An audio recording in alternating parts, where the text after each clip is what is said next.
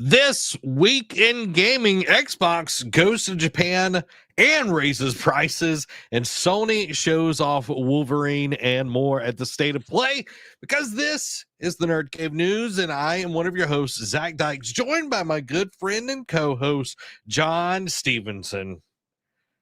Now, see, why did you have to go and ruin a perfectly good intro with that junk? Like, I thought we were way past this. I am Derek Daniel, ladies and gentlemen. I am not John Stevenson. He is John Stevenson. Derek, what's funny is on the last few Ghost of Tsushima streams, I have had like comments on the like the thumbnail, if you will. And there's a little Easter egg. Well, there's Easter eggs on each one of them, but one I keep around just because of you. Okay, and that is? I'm pulling it up so everybody could see it, okay? So everybody could see it, all right? If it'll let me, for the love of God, and all things good and holy. It's not going to let you. It is. I'm going to force it. Well, we know how that works. That means the whole stream will crash. Nah. We got this. There might be the smallest image, though, because I just like quickly saved it. As many years as you've been trying to grace me to a barrel, challenge everybody. So this is you. This is a very low res version of this. This is you, and it says John Stevenson. As for as long as you've been giving me this name, the missed opportunity of like editing, and his name is John Cena and his name is John Stevenson has been sorely missed, and I'm kind of upset that you haven't done that already. I know it doesn't flow that well, but I don't know what to tell you, Derek. I don't know what to tell you. Maybe you don't deserve that because you don't embrace your John Stevenson. When has that stopped you? When has me not embracing a lot of your shenanigans ever stopped you from forcing it on me anyway? I don't know. I don't know. Bane says it's one of my favorite things to do. Call games the wrong name like an old man. Yeah. What's funny is Derek is also John Stevenson on our Netflix account. Yeah.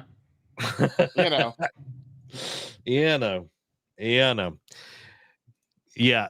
So little lore here. We used to give Derek a new name every stream, stuff like Epic Warriors and Magical Creatures. But there was one time we named him John Stevenson, the accountant, the urban hiker accountant, John Stevenson. But good times.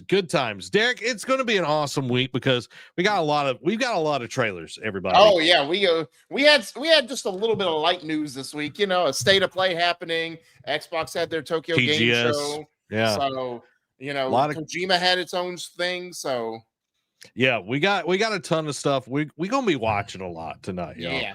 Just letting y'all know. Talking article that to give us a break in between, but it's going to be mostly a trailer filled night, so strap in. And if you're over on the TikTok side, I apologize. Yeah, if you're on the TikTok side of things, come over to the Red platform and you'll be able to watch all the trailers. It's going to be good. It's going to be good.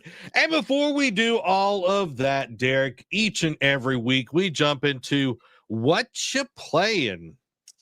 So that look right there tells me so much. He hasn't played anything. No. And I'm wrong? No. You're right. Okay. So and that he's giving his PS5 to somebody. No. Absolutely not. We're not bringing that back either. Yeah, especially right before Yote, he's giving his PS5 away. Let me just say, as much hype as we talked about Yote, it's like, I don't need to play it. Let me get my PS5 away. Joe's ready. Joe is ready. Me. But no, my department manager's been on vacation this week, so it's been me running the show. It's been a long, stressful week. This is my first off day I've had since Saturday. So I haven't really had any chance to play anything. And kind of, it's fine to an extent. Like I know I said I wanted to try and play some South of Midnight, but thinking about it, I'm just like, I played a long like RPG for like months with Legends. I'm like, let me just take a brief respite and before I get into Yote, so I'm refreshed, re-energized. Like I said, a 1 week from tonight, brother, we will be talking about our first impressions of Yote because both asked off for that day. I'm start my vacation that day, so that night I will stay up, and once that time clock says you're allowed to play it, I'm gonna start playing. Oh wow! So you're starting like Wednesday night at 11 o'clock. It goes live. Oh, yeah, I hadn't even thought about that. Yeah, I hadn't even thought about that. Yeah, so we'll see. But so how far I get that first night will be. But it doesn't matter. I'm on vacation, and you're on vacation. We're on vacation. I can do what I want. So I'm grown. I can do what I want. Get off my lawn. But no, like I'm stoked. 1 week from tonight, we have been eagerly since roughly about a year ago this time when the last State of Play happened. We got our first unveiling of Ghost of Yote, and here we are a year later. We've talked about it. We've ad nauseum. We've been hyped for it, and now only 6 more sleeps, Zach, before we are at the door ready to play. I cannot wait. I can't wait either, Derek. Today, the review embargo got lifted, so a lot of people everybody started putting their reviews out, and it's exciting. Kind of funny, did their review like spoiler free version of it and everything, and me and Greg, I feel like, have pretty similar taste in games, and him giving it a 9 like made me feel pretty good coming into this because I don't know, like, because Bless has been on more of the shows and he's kind of like alluded to like he wasn't like fully enjoying it. I think he gave it like an 8 or something like that, but it was just like I like it. I was like, am I supposed to be concerned? You know what I mean? I was like, am I supposed to be concerned here? So, but thankfully it looks good. Everything that they were talking about, I watched AGD. I don't know if you ever watched his it's this dude on YouTube. His reviews absolutely stellar. Like absolutely stellar. He's the one that like just go watch it. Go watch it. It's totally worth it. So Derek hasn't been playing anything, but he has been watching a lot of things, which brings me to the announcement next Saturday. We will be doing Eat Sleep Anime. We're still figuring out the time because we also have the release of My Hero Academia season 8. The final season. Yeah, the final season. And Spy Family season 3. Yeah, so Saturday is a jam-packed day, but we'll let you know the time and everything. And Thursday, I am also playing Ghost of Yote. Now, so will you still do a Tuesday stream? Like, will you do one more Tsushima Let's Play on Tuesday before Thursday? Okay. Yep. I'm doing one more run. I'm actually kind of close to getting done with the second part of the island. Oh, okay. Like I'm golden pathing the mess out of it right now. And it goes pretty quickly, which I was kind of surprised. Yeah, like that. After you do the second act, the third act, like if you golden path it, it's like boom, boom, bam. Yeah. I don't know. I was just kind of surprised, like in the second, because I just remember, but I was exploring. I was literally soaking it in. And like this time, I feel like I am just breezing through everything. Well, you want a refresher on most of the story because, so. Yeah. But it's even like I don't have a lot of the stuff unlocked combat wise. And I feel like I'm at a disadvantage. And one of the things that Greg said in his review is like, you want to like go experience everything in this game. Like if you, soak it in and all of that. So I'm super stoked for that. I've been playing Tsushima. I've really been enjoying kind of the refresher. I wish I kind of would have started earlier so I'm not having to breeze through it. Breeze because you have the wind that guided you. I'm gonna pop out the snow at you like in Yote. Yeah. So, other than that, I've been playing Death Stranding, and man, I had a crazy night last week. Had a nuke that like someone like the bad guy gave me a nuke. He was like disguised, which I knew it was him as soon as I heard Troy Baker's voice. Yeah. I'm like, okay, this is not good. And then like I had to like go throw this nuke in this like tar lake thing, and yeah, it was crazy. It was crazy. So my question with that is, Zach, is obviously we got Yote, and I know eventually you'll go back and beat Death Stranding, or when you want to, probably rotate that, like, whenever you need a break, so you don't just blaze through Yote.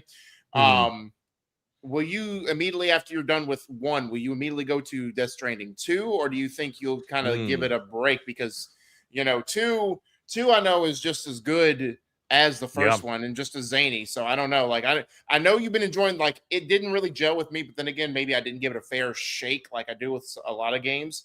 But I don't know. I didn't expect you to love it as much, as I expected, to be fair. So I don't know if you'll be bouncing back and forth between Yote and Death Stranding, and then once you beat one or the other, or once you beat at least the first Death Stranding, you'll go immediately to 2 or not. If I beat Death Stranding before I beat Yote, I won't go to 2 right away. Yeah. Because then I'll just kind of put all my efforts towards Yote. If I don't know, like I tend to have multiple games going on at the same time. I literally have like 6 at the moment that I'm playing. And then your constant weekly playthrough of Solo Leveling Arise. Yeah, well, I've been kind of off the reservation on that one for a little bit. I need to jump back in there and get things going, but I'm not sure. I don't know if I will jump straight into Death Stranding 2 after playing Yote, just because I feel like I need like a little palate cleanser. Yeah, having like a more defined, like, not an open world, that sort of deal. So I don't know what that's going to be, but I might jump back into Doom and finish that bad boy up, just because it's not as. Well, I know Hades dropped already, or if it's so there's that you might. So I'm not a huge Hades fan. Like it looks good, but it's not like I played a little bit of the first one. I'm like, okay, I see what people are, oogling and ogling about, but it's not for me. So go play Hollow Knight Silk. Go play more Hollow Knight Silk Song. Maybe. Power Washer 2, whenever that comes out. Yeah. I'll play that. Well, that's kind of what we're playing, guys. Y'all let us know what you are playing down in the comments below. To Derek, gonna want that sleep in the morning. Again, I'll be starting vacation, so sleep is for the week at that point. True. True. But I haven't been really excited for a PlayStation game since Astrobot last year. So true. So dang, it's crazy because we got Astrobot and then we got the reveal of Yote later that month, and then it's like that's what a crazy year it's been. And we're about to get Yote, and we just had a big reveal this week. Yeah, that's gonna for a game that's coming out, this time next year, maybe. So that's crazy. Yeah, I'm excited, dude. The state of play has got me kind of jamming and ready for what's coming down the pipeline, and even like the TGS stuff sounds pretty exciting as well. So I'm looking forward to it. Bane says Sonic Crossworlds. Are you enjoying it? From what I saw, it looks pretty good. Bane says 8 out of 10 so far. Really fun and pretty. There you go. I'm sure it'll probably do better than Kirby Air Riders. Yeah. Because, that thing looks like a fever dream. Guys, tell us what you're playing, watching, and reading down in the chat as we get into this, because I'm always curious what you're up to. Derek, hit them real quick with what you're watching right now, anime-wise. Oh, so obviously I just wrapped up my rewatch for My Hero Academia for the final season that's happening a week from this Saturday. And man, what an emotional ride! Like I can't wait to talk about it. Like kind of spoiling some of our plans for Eat Sleep Anime. It's going to be My Hero Academia themed for most of our discussion, and like we're going to have like just like our thoughts of the show so far, like just our wild takes that we had that we ended up being wrong about, you know what I mean? So I'm looking forward to it. Now I started today my rewatch of Spy Family. I'm on season 1. And I'm already almost halfway through season 1. So and like I was telling Zach before the show, this show brings so much joy that I just remember from like, because when season 2 had wrapped up, I just pretty much binged the entire first 2 seasons and ended up just loving it and rewatching it again. And I'm just like, even though I like Anya's mannerisms, like the dynamic between the three, between Lloyd and Anya, and just like the situations they get into, like, yeah, there's some action and there's some, you know, to keep people entertained, but just the comedy and like the situational humor that they have is just top tier and just brings such a joy. Like even stuff I know that remember from the first watch, it still made me laugh because it's that good and that it was that well timed for me. So it's been a blast. I'm excited for season 3. We watched the movie before we moved and really enjoyed that. For me, I'm watching. I actually jumped into Dan and I'm getting caught up on Dan. I think I'm on the last episode, maybe. Episode 23 or 24, because it's 24. It's now up to 24 episodes. So yeah, I'm on the space kaiju thing. Oh yeah, you're at the end. Yeah. Okay. Dude, what did you think of Kenta? He is an interesting one. I showed Amy the his 10-gallon like his intro line. Yeah. Dude, again, like I told you when I found out who voiced him, I was like, no, that has to be who voices him? Bryce Papenbrook. That's right. That's Yeager. right. Yeah, and it's like hearing him, like you don't pick up on it at first, but once you start like really paying attention, it's like, oh, that is him. It's just a deeper tone, but it's like, yeah, that's his intro line. It's 10-gallon. I'm like, all right. So I'm catching up on that. Amy and I have been watching Kaiju number 8. And we're on the last episode of season 1. I just before this, I watched episode 6 of season 2. Did a reaction to it. So yeah, dude, it's like obviously the season finale airs Saturday. Yep. So we'll probably get, because Dan, no surprise, already got confirmed for season 3. We're expecting like the season. Some are saying it may be the final season, but considering the length of the last 2 arcs it's going to cover, it's going to either going to be a long final season or it's going to be like season 3 and season 4. But we'll see. But it's setting up for a really explosive season finale again. But the top tier moment was, I think, episode 4, whichever episode was Isao. That has been the best episode of the season so far. For sure. The hints, the things that are going on, because I don't want to ruin anything for anyone that hasn't watched it. It's great. I'm really looking forward to it. Yeah. I showed Amy that and she was like, where are the adults? I need an adult. the 10-gallon. She was like, what are you laughing at? And I was like, okay, let me explain real fast and set this up. So yeah, really enjoying that. That's what we're watching. That's what we're playing. Reading. You'll have to tune in to Amy's channel for all the reading stuff tonight, because we've got a ton of stuff to watch, y'all. Yeah, we got a ton of stuff to watch. Strap in. And if you are over on TikTok, thank you for being here. We're so glad that you're here. We're going to be watching a ton of trailers.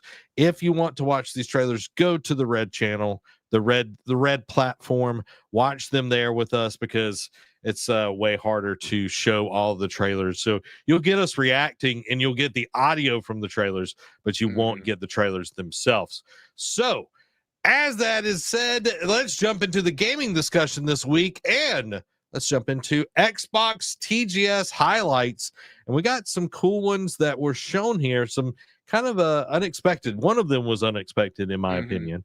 But let's start it off first. Winter Burrow is a cozy woodland survival game. Let's check it out. It's my indie pick for this one. You're back in the forest. Oh, Your this road's game, been yeah. long. Hear my words. They'll make you strong. Oh, we The got wild rhyming. can wear you through Yeah. and through. Heal your soul with mushroom stew. Okay, The cold all right. will bite and find a crack. So knit your warmth to hold Oh you gosh, back. we're seeing a little. Wolves don't rest. They hunt and chase. Nah. Stand tall and meet them face to face. The woods are harsh, but not alone. It's giving me A like friend Don't may Starve light kind of a vibes. path unknown. You're small, it's true, but brave and bright. This burrow's yours. Hold fast, hold tight. Okay, November 12th. it's good looking. It's good Yeah. looking little game. Yeah, it seems like like Frostpunk meets Don't Starve essentially, or if Don't Starve was in the wintertime. Yeah, I definitely feel like I played a little bit of Don't Starve when it came out and everything. Joe says looks like Despero from Tales of Despero. Yeah, or Moss from that VR game. Moss. Trying to remember Tales of Despero. Oh, okay. Yeah. I got you now. I got you. It's giving me. I would want a red wall one. That would be dope to get a red wall game. Yeah. It looks cool. It's not really for me, and I do love indie games, but I don't think it's something that I'll be jumping into. Yeah. But it does look good. It does look good.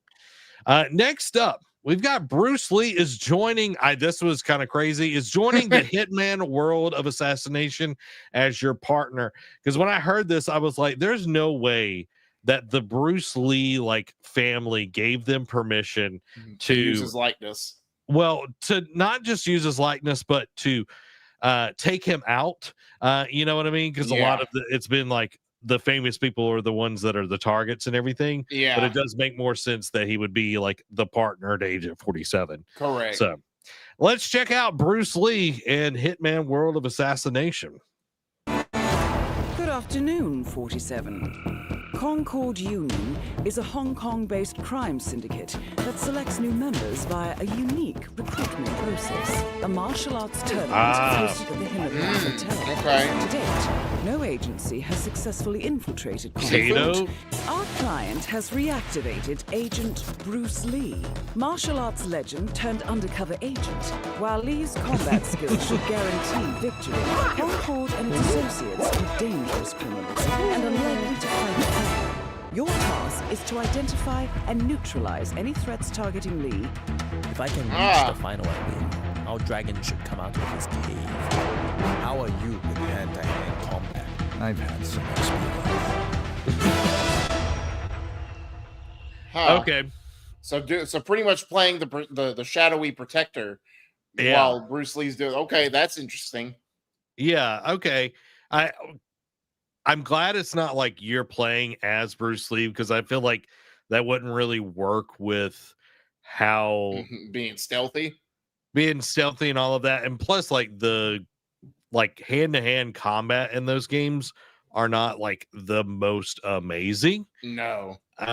But that does make a lot more sense in that regards to what you're doing and everything. Does that move the needle for you, Derek? Not really. Before they added the World of Assassination tagline to it, I did play the beta of this iteration of Hitman, and it's fun. Like the free use, you get the free roam, just like, hey, this is your target. We don't care where you take them out, how you take them out, just take them out. I do appreciate that, but it's just not for me. Yeah, I like the more old one through. Yeah, Blood Money and everything. Those were good in my opinion, because there was a story that kind of help push you along. But I know World of Assassination has done well enough for them to keep putting stuff out. Joe, as much as I love Assassin's Creed, I still haven't got to play any Hitman. They're not the same. No. Well, especially now, maybe Shadows a little bit more now, but like if you went back and played Origins or Odyssey, like it's not even the same Assassin's Creed that you know. Yeah, like even like because you're constantly like changing costumes, you're figuring out different ways. Like there's I guess the assassination part is the only thing that they really share, but the rest of like the gameplay loop and everything I feel is a little bit more open-ended on the Hitman, even the older ones, because there's several different ways to take out a target, which made it really replayable. But Assassin's Creed, I feel like it was a little bit more linear in that. But I agree. Yeah, if you like the stealth and the assassination part of AC, I agree. I think that would be good, and you could probably get the old ones for pretty cheap. Yeah, just get the Ezio collection. That's all you need. No, he's talking about Hitman. I'm talking about Hitman. Oh, the Hitman. I'm sorry. Yeah, which I think they did a collection not too long ago. Yeah, I'm sure there's a hit. Yeah, like 1 through 3. Play those. Just play those. Speaking of Hitmen, 007 First Light casts Eternal's Gemma Chan as Dr. Selena Tan. Let's check out this First Light trailer. I'm not loving Beyond. No, I've had worse. In that case. Well, what are we waiting for? So we're getting this just cut together stuff from the reveal. Yeah.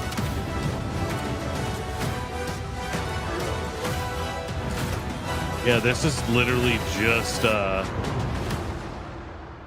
like games opening night live. Yeah. Okay, now we're getting something. Q. Shoot. Sorry for the mess, Bond. I wasn't expecting you quite so soon. I just need one more. Hang on. Oh, come on, you fit. Moment. There. Tactical simulation is now operational. Any questions? Please have questions. Please have questions. Okay, I guess she's like as part of Q. Yeah. Like because that's the Q logo. I don't know. Looks pretty cool though. It's interesting that they picked her. They picked because the Eternals is very.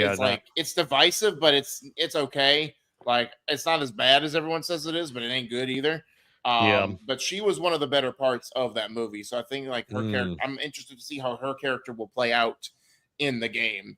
I don't know if this moves the needle on me getting 007 First Light or not. I know we were not very impressed with because it felt like Hitman with just James Bond's face over him. So I don't know. Well, that's how they pitched it. Yeah. So that's also a fair point. But I don't know. We'll see. I feel like the story might be interesting to a certain degree. It's just I don't know about the gameplay. Yeah, right now I'm like, nothing's moving the needle for this for me at the moment. Which it won't come to Game Pass. If it's on Game Pass, I'll check it out. But if not, it's not anything off my plate. Next up, Forza Horizon 6 is getting a new location, which I'm excited to see what they do because Forza always looks absolutely amazing. I don't care which kind of games. Yeah. They just do something amazing. It's coming out in 2026, and the location is where I hope to one day move to.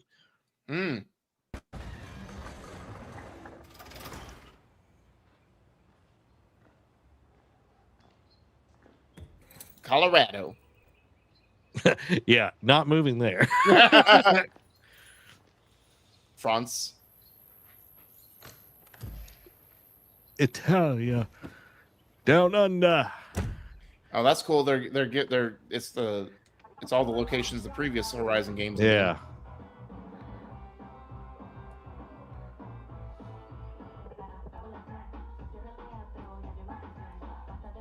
Changing like the station. Yeah. There it is. Let's go. Let's go. Oh, that's such a beautiful backdrop. Yeah. It'll get me to play Forza, I guess. Yeah. I mean, again, they always do beautiful locations. Like I know the location in 5 was great. I know what was it? I think 3 was 3 Australia, or was that Italy? I think 3 was No, 3 was Italy, 2 was Australia. 4 was England because they did the changing seasons. So, but man, I need to play some Horizon games just because it's like I don't do racing, but it's an open world. They don't pitch it as that. They do it as an open world driving game, and that's where I think people get so enamored with that series more than Motorsport. Like Motorsport has its fans, don't get me wrong. Oh yeah. But just going from race to race, like not really doing anything more is, gets old after a while. Whereas this one, it's like, hey, yeah, you're finding different cars, upgrading them. You're still doing some of that, but you're getting to the exploration part, I think is what grabs people and makes them stick around. So I'm excited for this location. It was, I think we talked about it either last week or the week before that it was rumored that this was where the setting was going to be. Yeah. And now it's nice to get that official confirmation. Yeah. I know they're going to make it look gorgeous. And like we said, driving, if they do the seasons again. Oh man, hitting the Sakura season. Oh, that's where I was going. It would be so beautiful, guys. I know. Oh my gosh. I wonder how much of Japan they'll let you explore, because Japan has so many like beautiful, like now I guess like for the metro stuff like Tokyo, Shibuya would be great. But like for scenic routes like Okinawa, because it's like an island paradise, like great for like beach resort, like going there, like driving through that would be great to see.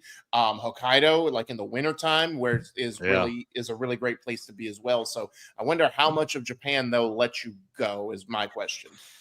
Yeah, I don't know. Only time will tell. We'll see in 2026, y'all. Bane says, this just makes me really want a Need for Speed game. Yeah. It's sad how EA's let that series just go to crap. Yeah. Yeah. After like Carbon, it just kind of got worse and worse. Yeah. In my opinion. Like I forget what was, I don't think it was the last one they did like a couple of years ago, but it was talking about Heat. Yeah, it wasn't Heat. I think it was the one before that, maybe. That was like kind of trying to go back to what Need for Speed was. I can't remember. Maybe Heat I'm misremembering. He was the one that was a little bit closer, but then they did like the anime, like that's the one. Yeah, that one. That one. Yeah, exactly. So I don't know what they're doing. They need to hire me. I'll fix it. Bane says I liked Heat. I did like Heat as well. I played a little bit of it. It's hard for me to like really get into a racing game these days. I used to be all about it, like Gran Turismo 2.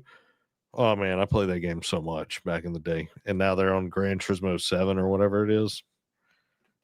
What are they on? Yeah. Man, I feel old after saying that. Let's move on. Ninja Gaiden 4 gameplay overview features Master Ninja difficulty action and a training mode. Let's get into it. There's a mecha ninja. Hold one arm. Hi, this is Joe from Team Ninja. And today I'm excited to bring you This is Joe, not I am Joe. Difficulty options that await you in Ninja Gaiden 4 when it releases October 21st. This new mainline entry, legendary Ninja action franchise, developed by and in collaboration with Platinum Games, elevates Ninja Gaiden's signature high-octane combat to new heights, with a wide array of new offensive and defensive techniques. Dang. Bring it. Ninja Gaiden's distinct difficulty design, which introduces varied enemy placement and increasingly aggressive enemy AI across higher difficulty levels, stays true to Ninja Gaiden tradition. That being said, the path to becoming a master ninja is not a destination, but a journey, which is why we have introduced difficulty options and assists to help new players familiarize themselves with the way of the ninja. One such difficulty option is Hero Mode, which will enable auto guard, auto dodge, and other useful assists, allowing you to acclimate yourself to the general flow of combat without the pressure of imminent annihilation. In Hero Mode, these assists can be toggled on and off at any time during the game. Hero Mode is a perfect mode for players who want to focus on the story of Yakumo's ascent to the ranks of Master Ninja. I like that. As he sets out to kill the Dark Dragon and clashes with the legendary Super Ninja, Ryu Hayabusa.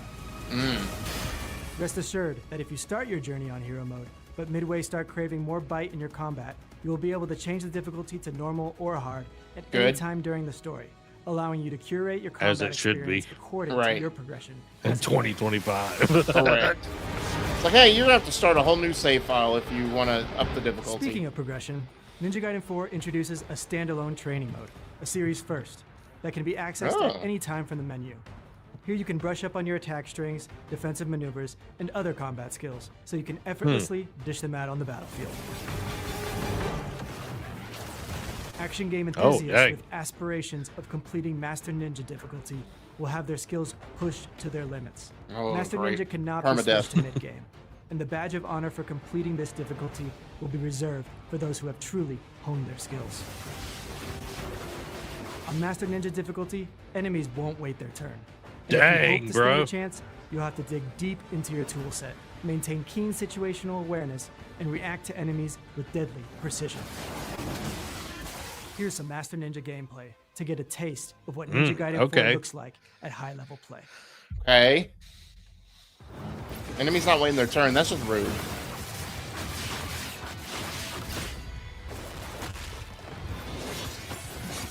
I love like using that pole to like get out of like power pole extend. Yeah, it's like getting out of the way of like a group.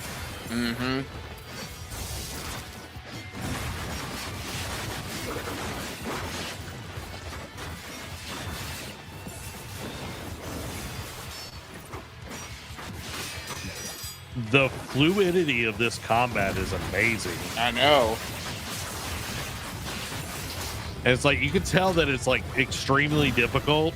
Oh, still arcadey in like a way, which is really cool combo. Correct. Dang. And they're like freaking sponges. I know. I was noticing that too. I'm just like, these things just eat damage. Like he was literally having to break the armor off of it. Right. Like it's literally falling off as it's taking damage and everything. C rank. Get all that C rank. Whether you're a seasoned veteran itching for the next milestone action, or a newcomer looking to cut their teeth on some euphoric hack-and-slash action, Ninja Gaiden 4 will offer a rich and exhilarating experience for players of all skill levels. We hope you enjoyed this first look at Ninja Gaiden 4's difficulty settings. We'll see you on the battlefield when it releases October 21st. Thanks for watching.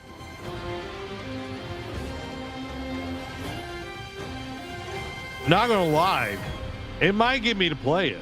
Yeah. Just to try it out. And it's on Game Pass, you know? Yeah. I will say real quick, this lighting. Yeah. Some pretty good lighting here. It's got a good wraparound, has some dark, and then you get hit with that red on the far side right there. Yeah. That's some good lighting. Whoever did this shoot, good on you. Because this dude kind of dry, but your background and the lighting, you got it. You got it, son. Proud of you. I'm proud of you. Proud of you. But you know what I'm not proud of? I'm not proud of Xbox because Xbox console prices will increase again next month. So Microsoft will raise the console prices again in the US starting on October 5th. It's the second hike in this year, and really I think second hike in less than 6 months, honestly. Yep. The company says the increase is due to, quote, changes in the macroeconomic environment. Bullcrap. Prices for all Series X and S models are going up For example, the basic Series S 512 gigabyte model is now going to cost you $400, up from $380, and the Series X 2 terabyte special edition will jump from $730 to $800. Microsoft explained, quote, "We understand that these changes are challenging, and they were made with careful consideration." They added, "Looking ahead, we continue to focus on offering more ways to play more games across any screen and providing value for Xbox players. This follows a broader trend in the gaming industry. Sony raised PlayStation 5 prices earlier this year, and Nintendo also raised prices on older Switch models and accessories. The new Xbox pricing lands right before the holiday season, making it harder for buyers looking for gifts or upgrades." And my solution to this is not going to be a Don Matrick where buy the Xbox 360. You know, it's not going to be that tone deaf.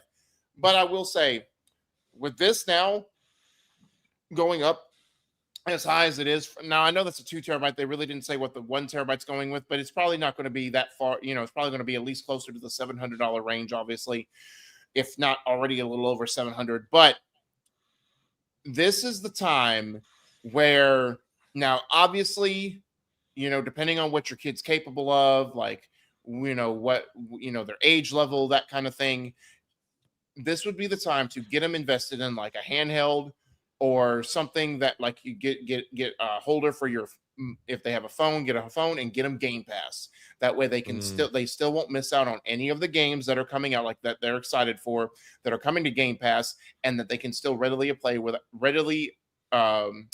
available to play without breaking your wallet.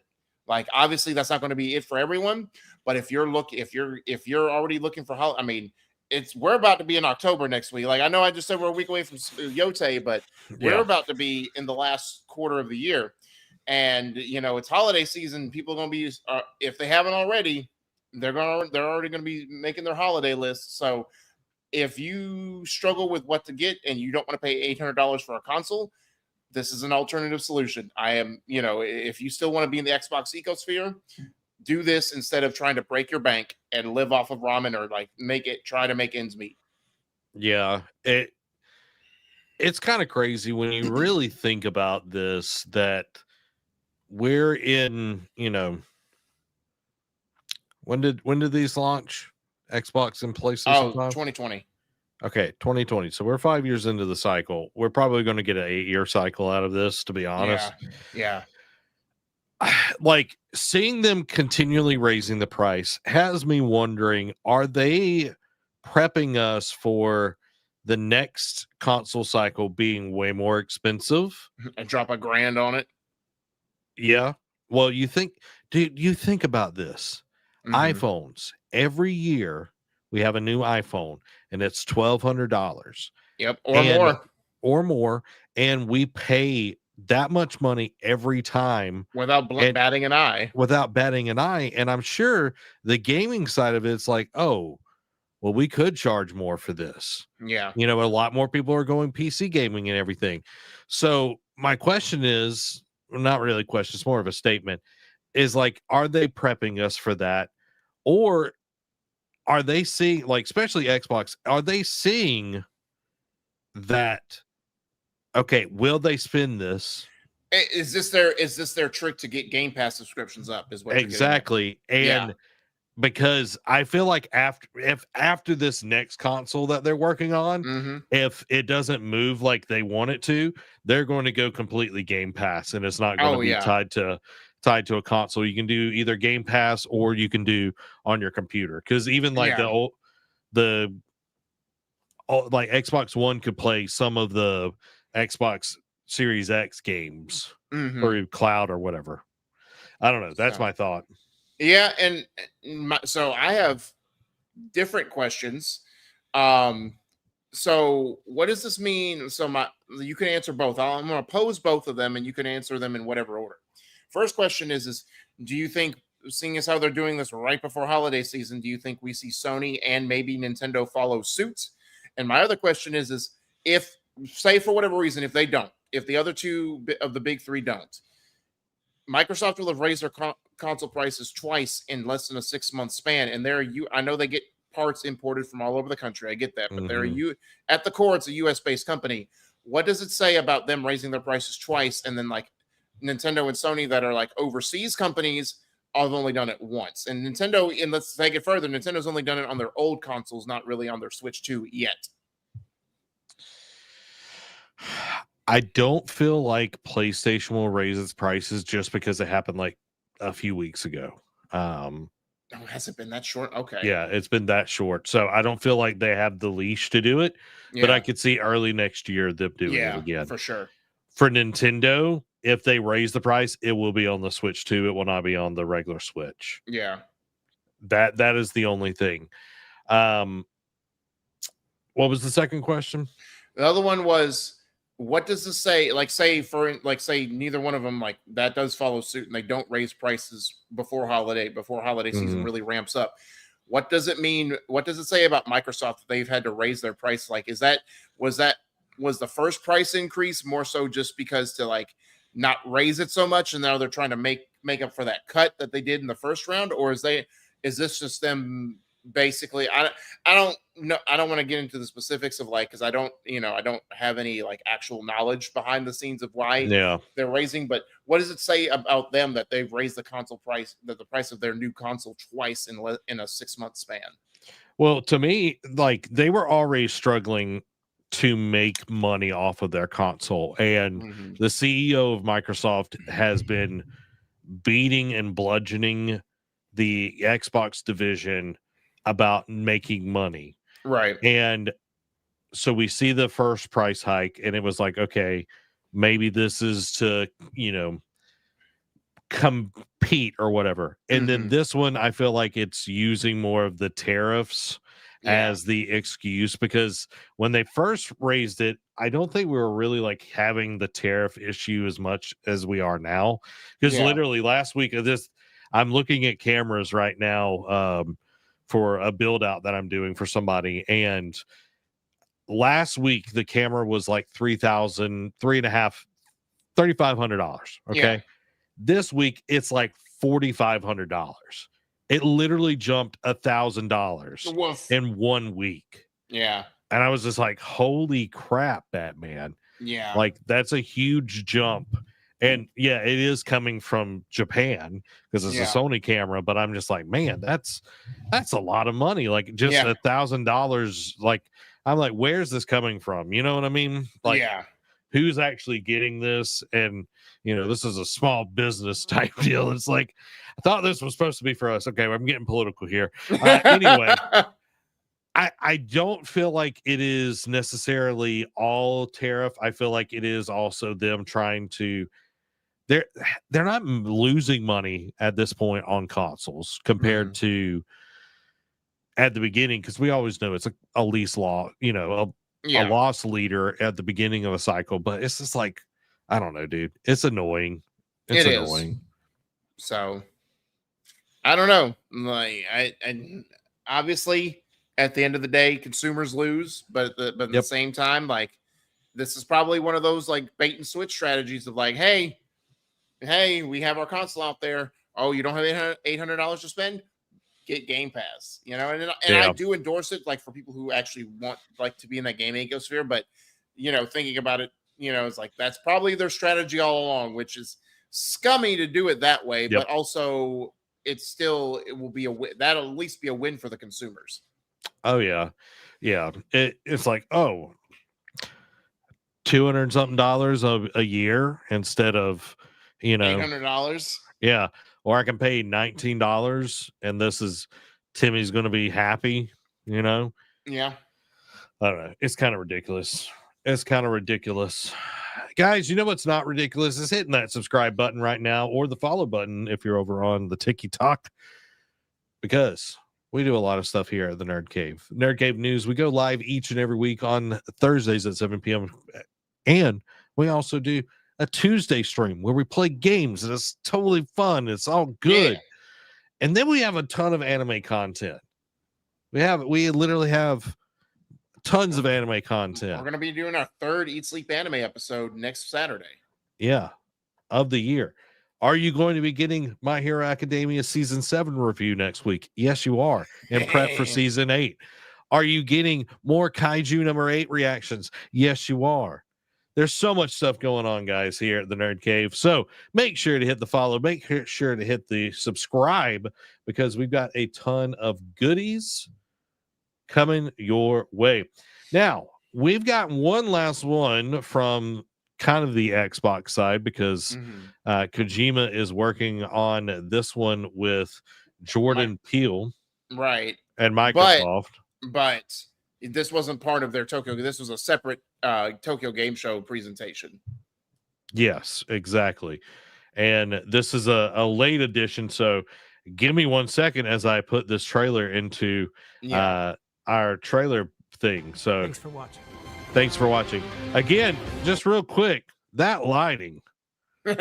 So even good. Amy made a comment. There he goes again about the lighting. I know. It's just really good, guys. I'm just saying.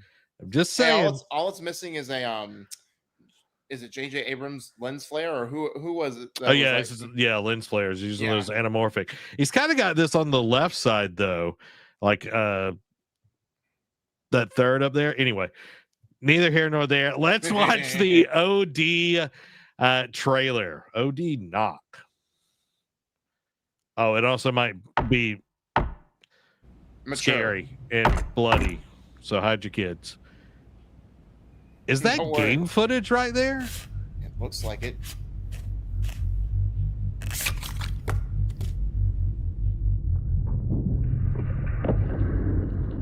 Oh.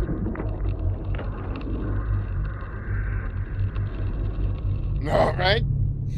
That's not okay. It looks like a face, but a heart at the same time. Right.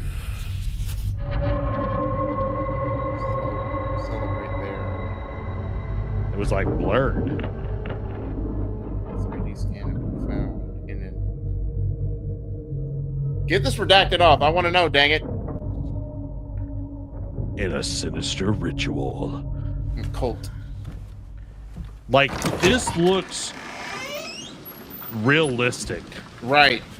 Like this you can definitely see he's channeling PT in this one. Yeah. Like the graphics look on that scale, dude. Where it looks like you were literally just first person camera on somebody's face. It's gonna be extra spoopy, y'all. I thought they were about to strike it across their pinky. I'm like, what? Yeah, I was like, what's going on here? They're watching you. They're knocking. And I knew it. Yeah, and it's like burning and getting close. That's crazy.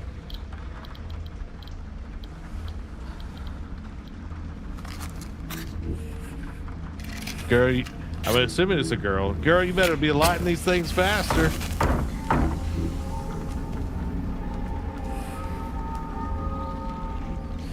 Why we got these weird candles that are heads? Nah, dog. Nah, dog. And then we got worms. Right. Better look around. Nah. Oh, and the eye's moving. The eye behind. Oh my God. Who is that actress? I don't know. And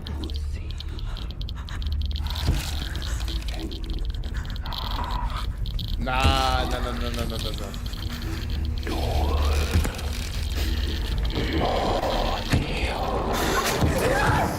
No. Oh gosh. Ooh. Sophie Lillis.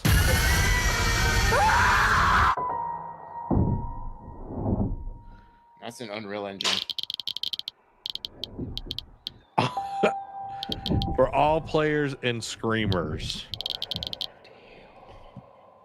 Randy Pitchford, go work with Kojima to learn how to make stuff on our Unreal Engine 3 and learn how to code your own game. Yeah, dude, the way that looked, oh my God, that was freaking insane. Yeah. Amy, that's a note for me, dog.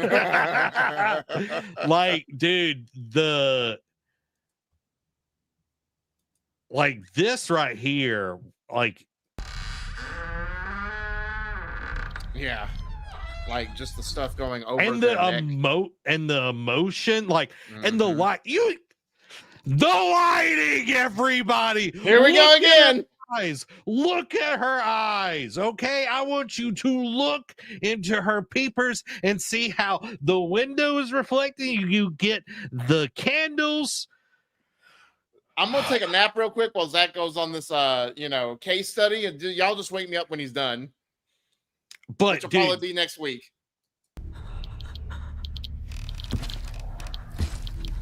And like how like the eyes are like wetting and like you can see more of the reflection. But this dude, he got some squishy feet over here. Or like he got some squishy feet over here. He was out playing in the swamp.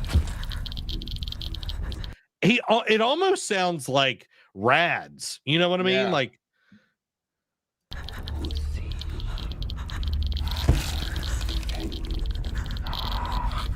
we see you and we knock. Yeah. Whoo. Zach, Woo. you should play. You should definitely stream that. Yeah. Joe's like, game not game? Yeah, right. Michael, welcome. I think I'm going to pass on this one. SpongeBob boots. Exactly. Exactly. He's got them SpongeBob boots. It looks gorgeous. Like, it absolutely looks like when she goes into this room right here where she's about to open it, this looks like a shot. Like this looks realistic, which is insane. Like I'm blown away. All right. I'm blown away. I know you are. I'm blown away. Especially with the lighting. And this, look at the floor here, the lighting on the floor, Derek. You see how it hits and it's bouncing, and that's why you're getting like later on when you get here, you get here, the floor it's bouncing up and hitting her face. That's why you got this lighting coming from the left side, and then you have to fall off. All right, guys, I'm going to move on, but the lighting is gorgeous. Okay. Oh man. Guys, let's talk about the state of play. We got a state of play this week. It is great, guys. Voting for Zach to play this for Halloween. Right. It'll be next Halloween because the game doesn't even have a release year yet. But maybe it'll be next year. I don't even know. As long as I can like pause and then be like, the lighting. Nah, we'll do what you did with Tsushima. The chat decides. No pausing. No pausing. Dude, the last time I did like live streams on a horror game was Resident Evil 7. Yeah, on VR. Well, I did the whole game, but then VR on the last one. Never again doing VR. But dude, sweet Jesus. Sweet Jesus. Gonna need some Jesus if I played that one. Speaking of scary games. Speaking of spoopy doopy, Halloween video gets a gameplay reveal and a release date.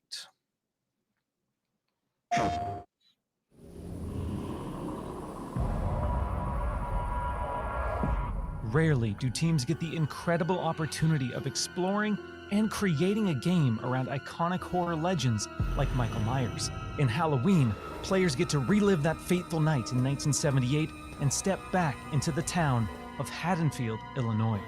I'm Miles Dompierre from Ilphonic, and today I'm thrilled to present an extended look at gameplay for Halloween. With the help of Unreal Engine 5, we've been able to reconstruct the quiet town of Haddonfield in stunning detail. Remaining authentic to the 70s era aesthetics was essential to how we crafted our play spaces. When players navigate these environments, they'll be surrounded by decor that delightfully preserves a special moment in time. Throughout these locations, randomized townsfolk NPCs are living their lives, completely unaware of the danger lurking right outside their windows. These NPCs serve as the game's primary objectives. Stepping behind the mask of this infamous killer, Michael's goal is to find, stalk, and kill the residents of Haddonfield before Halloween night ends. Once you've honed in and stalked a target, it's time to choose the perfect moment to strike. Oh! Michael I comes thought equipped this was with an going to be array of more unpredictable multiplayer. endowments, but the most powerful is Shape Jump. When in Shape Jump, Michael is invisible to the naked eye. This is our interpretation of Michael's inexplicable tendency to suddenly appear in completely unexpected places and catch victims off guard. Players can also choose from a broad range of compelling civilian hero characters that have witnessed the wrath of Michael and need to warn their neighbors before it's too late. Finding an active phone will allow you to call the police and attempt to convince them to send in help. Just remember, you may be able to knock him down, but you can't kill the boogeyman. Yep. We hope you've enjoyed this extended look at gameplay for Halloween. We've only scratched the surface of what's shaping up to be a truly special and murderous sandbox horror experience. And we can't wait for you all to join us in Haddonfield when Halloween launches on September 8th, 2026. Man. So, okay, I'm kind of confused. I think it is more like Friday the 13th, but there's like NPC characters as well. Yeah, so this is the same people who did Friday the 13th and Predator Hunting Grounds, but because of licensing issues with both those games, they are pretty much taking out like the online multiplayer aspect of it. They're doing like, I think you can do like a shared, like, you know, like players can play as like like the heroes as well.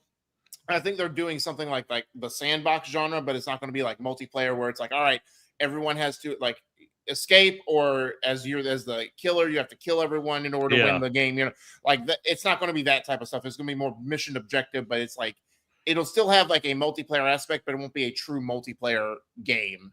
Okay, that's what I was trying to figure out and everything, because it's like a PvPvE. Yeah, I loved the Friday the 13th game. Like, it was so fun. Like, it was very well done. And, you know, unfortunately, you know, like you said, with copyright and all of that, which if I'm going to make a game that's based off of a license, I'd make that's sure the first thing I do. Yeah, it's like I'd make sure that thing is on lock. Right. On lock. But I digress. We're getting their next iteration, which is pretty much like copy and paste. Just trade a lake for a town, and then trade Jason for Michael Myers. So yeah. Amy says, where's Jamie Lee Curtis? Right. Bane's like, she'll be DLC. Correct. Yeah. So you do play the killer. I'm guessing it's going to be like the asymmetrical and everything. Yeah.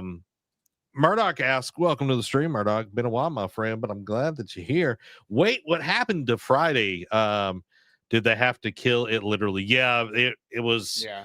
Or at least take the multiplayer aspect off of it. You can play as like, you could still do matches, but it would just be, if you played as a camper, the killer would be an NPC. If you played as a killer, all the campers would be NPCs. Yeah. So it's kind of a big downgrade from what it is, but you know, yeah, I do like the direction that they're going with this. I think it'll be interesting.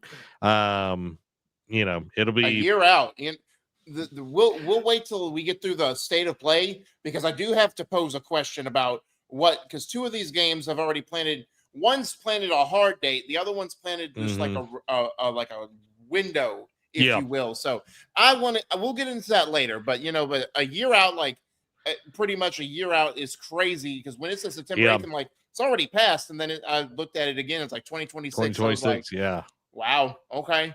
No, but it gives them time to iron out the bugs. You know what I mean? So yeah, I'm trying to stay out of GTA 6. Yeah, I hope they do like a beta thing or whatever for it to make sure that everything runs and plays well and everything. It's interesting. Majority of the games from this state of play got a date, or at least awesome. A year. Yeah, that's it's a rare one for Sony to do. Yeah, I was Sony's like, we'll give you a date here or there, but most of it's just like, we're announcing, maybe we'll give you a year, but it's in existence. That's it. You get a date, and you get a date, and you get a date. Welcome to the stream, Nate. Hope you're doing well. Let's jump into the next one. This one I'm really excited about. Crimson Desert will tell Kif's journey to reunite the Greybanes next March. Let's check it out. Citizens of Pywell, Today, a new chapter. Looks like in the this dude from land's Baldur's Gate history when he shall came up be there to win the written Game Award. by our own hand. We fight those who wield power to prey on the weak. Beasts who think themselves men. That is what it means to be a Kree. The time has come to do what we believe to be right. Like, it looks really good. Seek out your Greymane comrades. Uncover the truth that lies within. And let your heart speak. He was riding a wolf. In the end, that was pretty dope. All will come together as one. We fight for the future of all. Sound the horn of our final battle. Fight! Fight for Pywell! That dude was big. Yeah. He been eating them collard greens. Whoa, that was dope. It was like Kung Fu. Iron Fist up in there. Oh, okay. Your fight is not for revenge. Oh, glory. We got Galactus on this? Right. Mex? What in the world is going on? Oh, control? Remember who you are and let it guide your path. All right, we're riding Dragon. Zach's there. Right. Zach's there.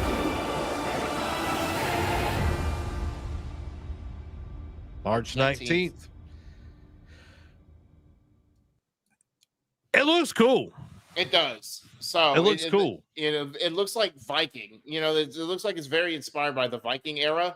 Like especially by some of the enemies. Like I was literally gonna say, it's like, what are the enemies from Spider-Man 2 doing there? Like the guy like with the bear cap.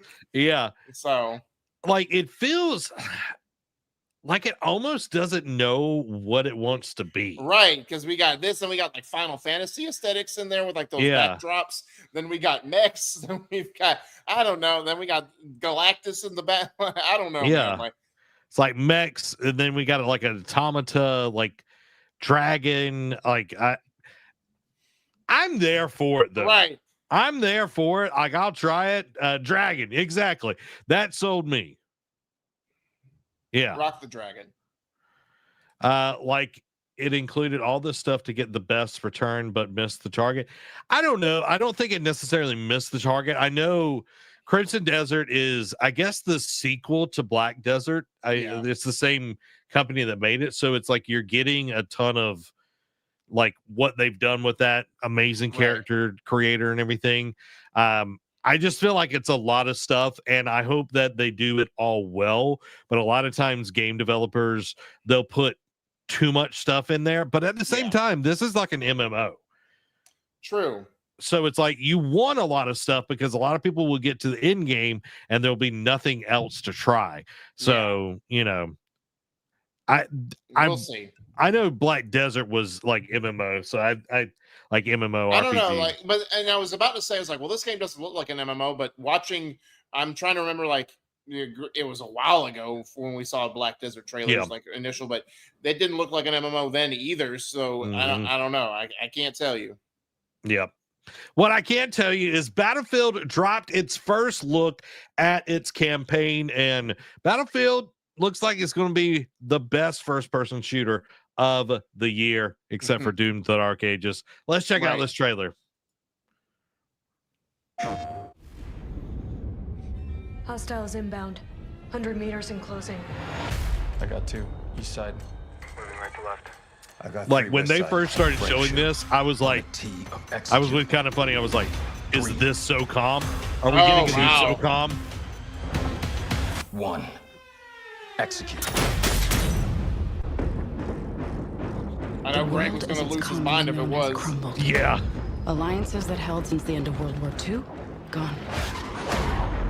Dagger, this is Pax's ballsiest play yet. If they succeed, they will have secured the most strategic rock in the this history thing of looks warfare. great. Want to help our friends take back this rock? Hoorah! You're playing a dangerous game, no doubt about it. Wouldn't be Dagger without insurmountable odds. The whole world's gonna look different now. Just takes a little shake of perspective. Gotta love it, challenge. Okay.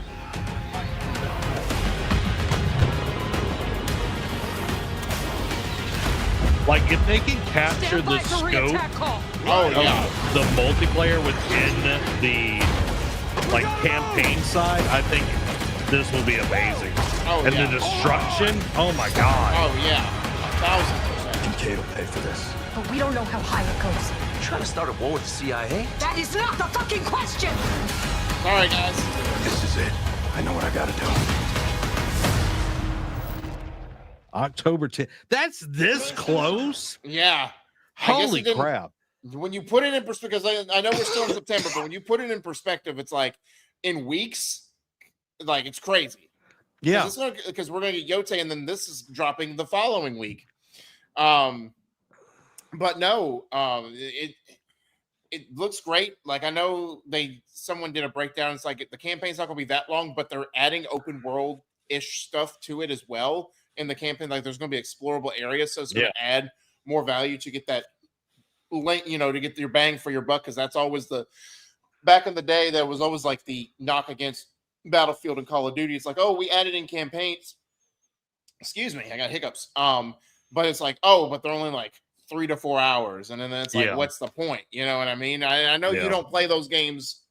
I know those games aren't really known for their campaigns anymore. They're really known for like it's really about the multiplayer experience. But still, if you're going to invest time and money, you need to at least make it worth the while. But it looks like Battlefield's like, okay, we know we're doing another 4 to 5 hour campaign, but we're going to add some extra stuff in the campaign for you to do to keep you occupied.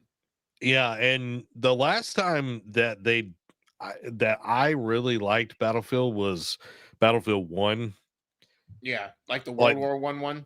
Yeah, the campaign was great. The gameplay was amazing. The multiplayer was fun as well. And I think after 2042, like they definitely have to do something to like I know the beta did exceptionally well and people were excited for it, and they are poised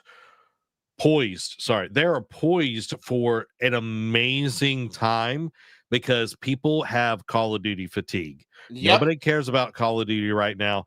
Does it make a ton of money? Yes, but nobody cares about it. I'll say the fanfare, like the amount of hype I've heard around for Black Ops 7 has been nothing.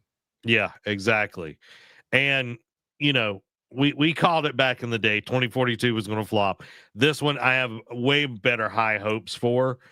To give perspective, my buddy Matt, that I've known for a while, he is a huge Battlefield fan. Like pretty much played all of them, and he played the beta when this dropped, and he says it has returned to form, like from like Bad Company 2, like is like taking prestige from like the old Battlefield games that like were good and are putting them in this one. I'm like, okay, so he is really hyped. He is thoroughly impressed with, again, it's a beta, so hopefully you're hoping that they carry this over and it's into the full game, but he is thoroughly impressed with it. So I take his word on it, that I think we're in agreement that this game's going to end up being good. It's definitely going to overtake Black Ops 7, I think, in terms of like, like may not beat it out money wise, maybe, who knows, maybe people are looking for, it's just like with college football, that people wonder, like, oh, are people still gonna be hyped for college football? And it came out and did really well, because they hadn't done it. And then like Tony Hawk's Pro Skater, when it came back, you give it time to gestate, the absence makes the hearts grow fonder. So so I'm excited for it. Hit some chat, does look good. Murdoch says, I haven't pre-ordered yet, waiting to see the last minute things first. Nate, time for a return of the Wolfpack. Maybe we let the alpha dog run a little bit. I don't know, y'all. Y'all let me know if y'all are interested. The alpha dog's always ready to run. Murdoch says, I played the entire 2042 Battle Pass just to unlock the things in Battlefield 6, and 2042 is trash. I wish I could take this right here. I know where you're going with this. I wish I could take this right here and go back in time and be like, Murdoch, here you go. You said this in the future. Remember this. Just like when he admitted that Skull and Bones was garbage. He's like, all right, Murdoch. And he was a staunch defender of that game too. Like, no shade, Murdoch, but also at the same time, like, we just got to keep you humble, my guy. But I'm glad that you love Helldivers 2. Like, I'm glad that you've loved that thing because that is such an amazing game. Let's talk about another amazing game potentially. Neo 3 is given an official release date, and we got a new trailer. The Wolfpack. Ow! It is I who will be Shogun. Kurimatsu, why? You'll never understand what it means! What it means! I am Himiko. On my honor as queen, I That shall acting. defeat Hideko. My timeless friend, I trust you. Nothing will stop me from becoming Shogun. So long as this dark radiance exists, my fight will continue.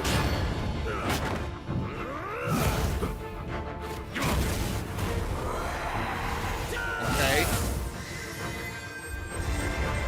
To rule, one must prove their might. The light of hope lies unseen at the end of time. Go now! You wish to become Shogun that badly? Okay. Maybe you don't want it enough. What makes a Shogun anyway? Takachio! Strength and superiority are what make a Shogun, and I have both! Strength alone is not enough to end this war!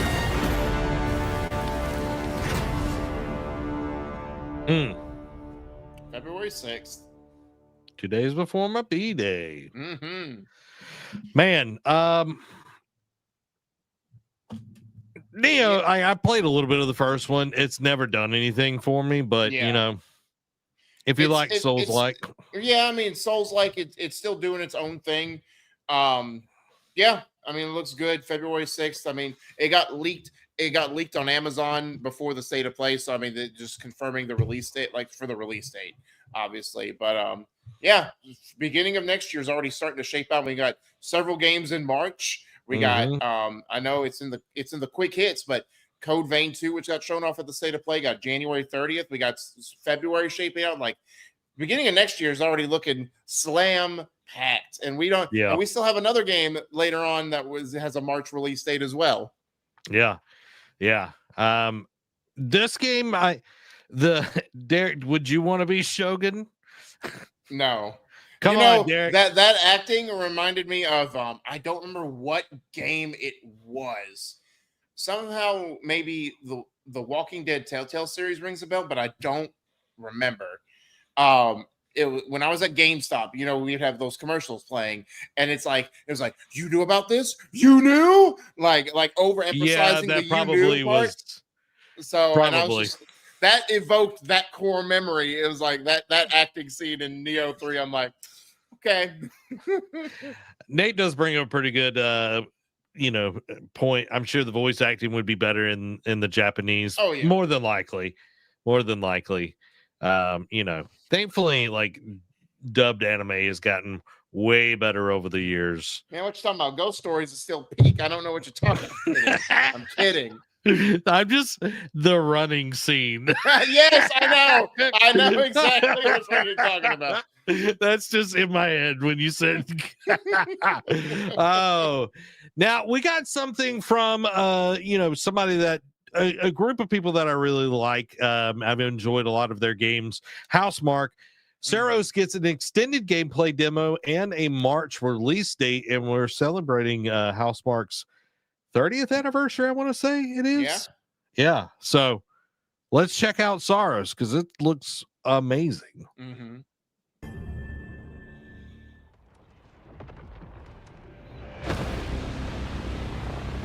Black Ocean, won't you come wash away? I'm just saying that would have been a really good song for this. Just saying. It's giving very Doom vibes right here. Very Doomish. Every time the sun dies, time stretches and tears.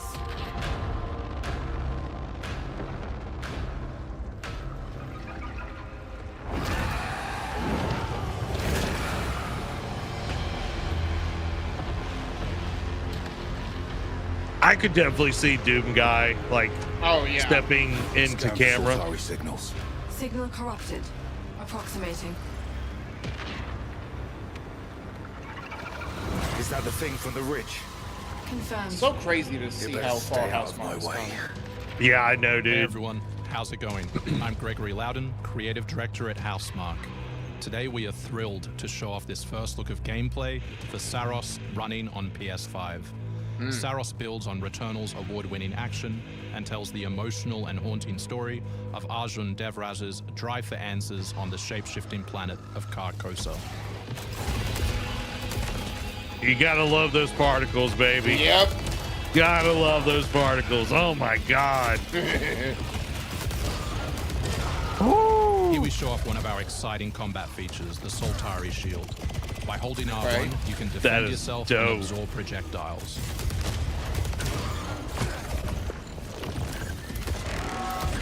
Oh. The way that gun just like changes like yeah. Like not only like dashing but like absorbing. By absorbing projectiles, you can now hit back hard using your power weapon.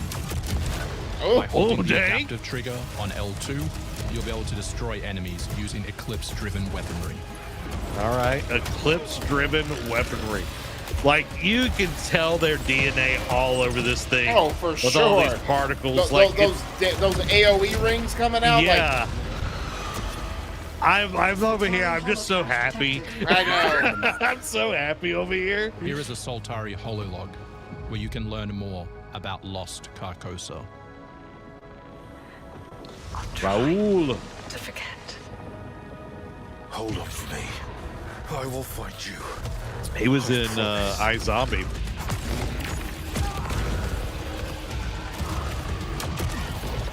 Oh, took all of them out. Let's go. Dude. Dude's wrecking shop. Man. I'm waiting for it, though. I'm waiting for him to get his butt kicked, though. Start the next run. Yeah. Whoa, did you see that? Yeah, I saw that. Oh, he's barely escaping those. Yeah. Like they're almost homing missiles. Yeah. Uh-oh. This is what did I just say? Where you can be revived on first death to get straight back into the action. second win. Second chance is part of our permanent progression systems, which means you will always come back stronger. So you come back stronger after reviving. That's crazy. Nope. Boss fight. Yeah, when the ground is shaking like that. Yeah. It's just skulls, just. Dude.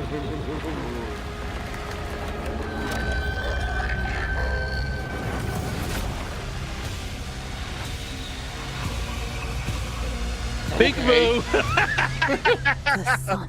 What in the hell's paradise is that? Yeah, exactly. I don't know, that other thing looks scarier than the dragon. Right. Whatever thing. Dude, this looks amazing. It does. Like, Housemarque just knows how to make fast-paced gameplay. Right. Like that bullet hell kind of gameplay going on there. Dude, absolutely good job, Housemarque. Come back stronger. Man, whew. March 20th. March 20th. Man, that has me amped up. That has me amped up. It's crazy. Again, like I said, I'm so happy with how far Housemarque has come because, you know, obviously they did games before, but their big takeoff was Resogun. You know, that kind of put them like when it was a PS4 launch title, it put them on the map. Like I know they have also done not House of the Dead. What was that zombie one? Zombie Nation. Yeah, Zombie Nation. They've done Alien other Nation. iterations, Alien Nation. They've done other iterations like that, Matterfall. You know, and they've all done well, but none of them really took off like Resogun did. And it's like, okay, they're going to be a nice little indie darling, and Sony's like, nah, we give you our money, you can make some better games. And then they came out, did Returnal, was a Game of the Year candidate. did what it needed to do, and you could see a lot of Returnal's DNA in Saurus. Like, you can see a lot of DNA just of Housemarque in Saurus, but you can definitely see that. I wouldn't be surprised if this was like an alternate dimension to like Returnal, like in the same universe. Like, I want to see what, because I know I never played Returnal. I know you did, Zach. I know like the whole storyline behind the main character of Returnal. I'd like to see, obviously he's finding someone. You obviously expect it's his significant other, or at least a family member. But I want to see what the through line is. Because I know there was some weird because they really played into the roguelike situation of like, oh, you found in Returnal, you found bodies of previous yous essentially. Yep. And then the house. So it's like, okay, are you going to go with that again? Or are you going to do something different and unique again with Saurus? Only time will tell. I feel like it might be something totally separate. It would be cool if they were like connecting their universe together. Yeah. I think that would be awesome as well. But man, this game looks fantastic. I remember when they announced after Nex Machina that they were no longer going to be making like top-down games, that they're going to do something new. And then Returnal came out, did amazing at the launch of PS5. And then this, 5 years later, we're getting Saurus. And dude, it looks phenomenal. And I don't think it's actually going to chug the PS5 that bad. Yeah, I don't think so either.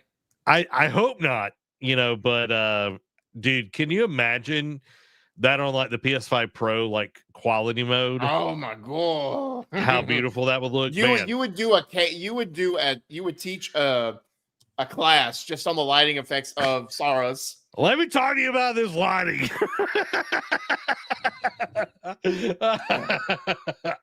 Oh, but that's not the only game that got shown. We have one last game that was shown at the State of Play. The one we've been talking about, like, when it got rumored State of Play last week, we were talking about it is time to see this. We've been talking about it for a while, like pretty much the last several months. Like, when are we going to see it? We have to see it at the next like big Sony event that they're doing or whatever. And then when we had rumors like this has got to be here, or I'm done with this game. It's not really, but that's pretty much, we had like a whatever the word I'm looking for is, we basically want to be hard pressed for an ultimatum on this, and we finally got what we asked for. Yeah. Oh, before we hit that, imagine how pretty Saurus would be on a 5090.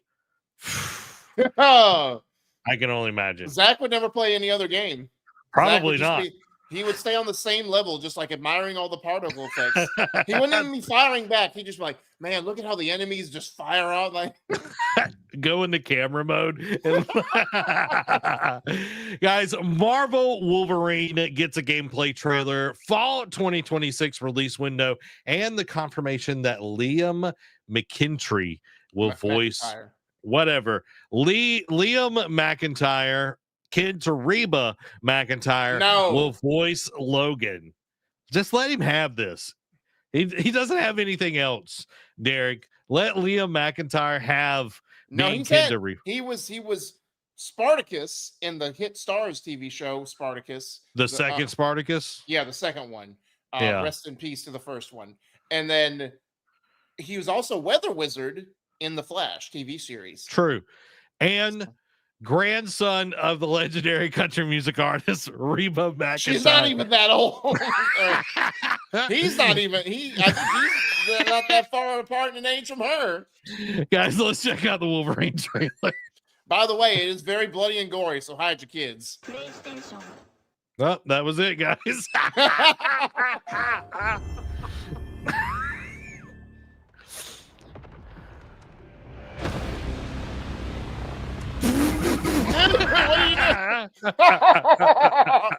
That's what Zach tricked you guys. He wanted to watch the particle effects of Saurus. I did. Again. Look at that light.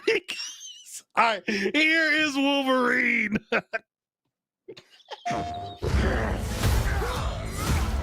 Oh,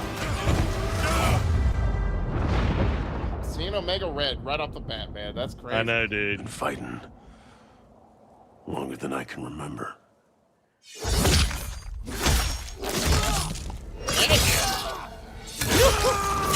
Tyson literally ripped that dude in hard. Let's go. We been there, baby.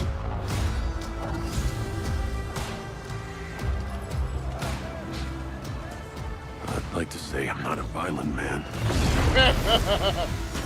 Would have fooled me. Him being in the suit, though, dude. That right there going straight up like out his head. Yeah. Oh my God. Doesn't matter where I go.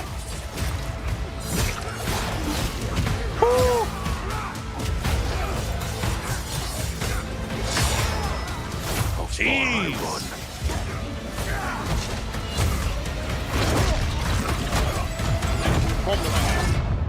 Oh my God. That's always waiting. This right here. Oh, so good. Look at that lighting.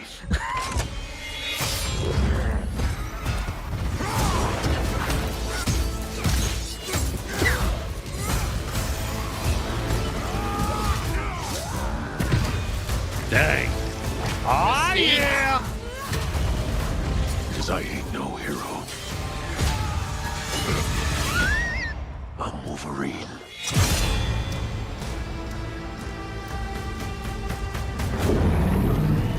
Oh, man.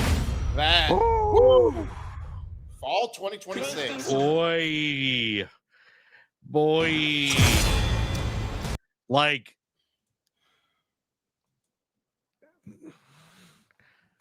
Derek.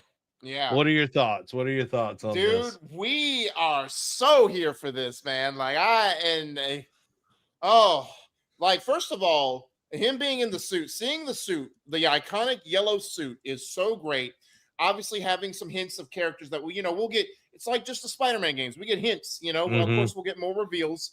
Like Insomniac has done very well across 3 different Spider-Man games of being true to comics, being like paying homage to the comics, giving them the love that they deserve. And the number one question was, like Spider-Man wasn't that violent? What I mean, wasn't that violent? Like, will they keep it a teen-rated game? And obviously, from the first shot, it's like, nope, we ripping dudes' heads off. You know what I mean? Like, we blowing limbs off. So no, like that shot right there, like no, that answers like they are staying true to the comics. His visceralness in the comics will be in this game. Insomniac knows this. Insomniac, like even though they weren't as gory in the movies, like the movies never portrayed Wolverine as like, as like, we're gonna keep him like a PG hero. No, he is an R-rated hero. The way he fights needs to be, given the due process, and we saw that on full effect and more in this trailer. So I'm happy that they're not straying from the reservoir. We're getting like the tie-ins. Like I didn't expect this. I would expect Omega Red. You would expect Sabretooth. Like it's like Batman without the Joker. You can't have Wolverine without Sabretooth. But Mystique being in there too. Yeah, that was, and then seeing the Sentinels at the end was a nice shock. So I wonder if they will have any ties to any will other like X-Men pop up, or will it just be straight Wolverine? Like I'm not expecting the entire cast. But let's say like Cyclops Professor showing X, or Professor X showing up, or Magneto showing up, because you would think this would be a game just solely on his enemies, like Sabretooth, Omega Red, whomever was else part of Weapon X, Silver Samurai. But seeing Mystique is like, and the Sentinels, like, okay, like how much of this X-Men universe are going to explore in this game? And I don't know, like it's so good, man. So what are your takeaways?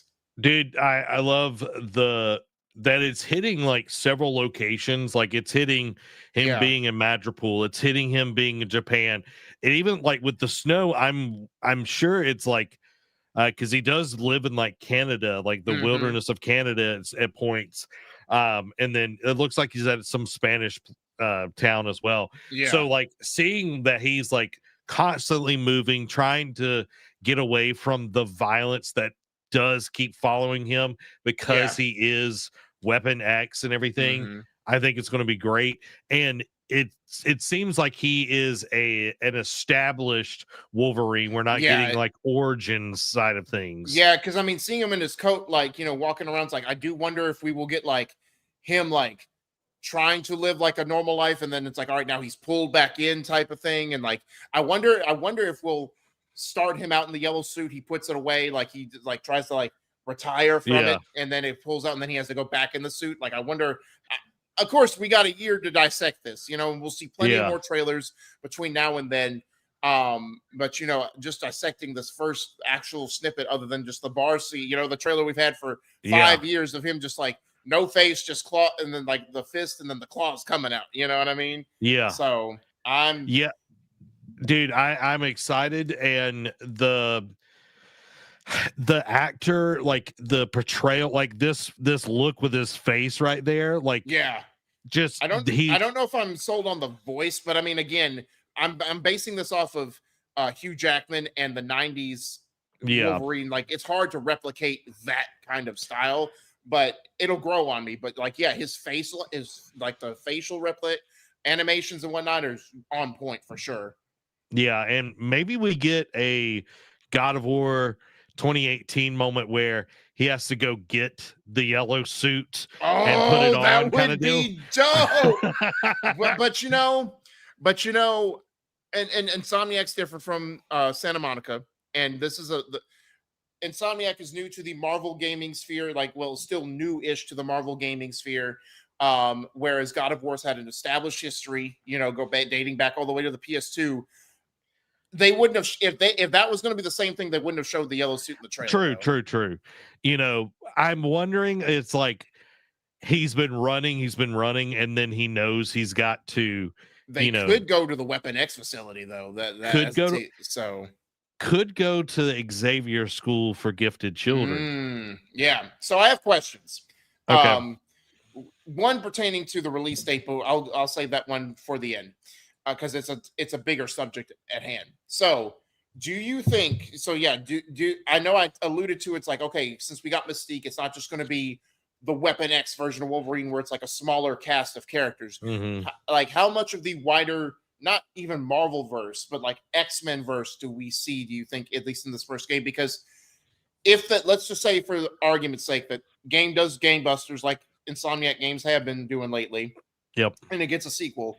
We'll obviously get more, but because I know in Spider-Man 1, they tease, obviously, but he has a much wider rogues gallery than Wolverine does.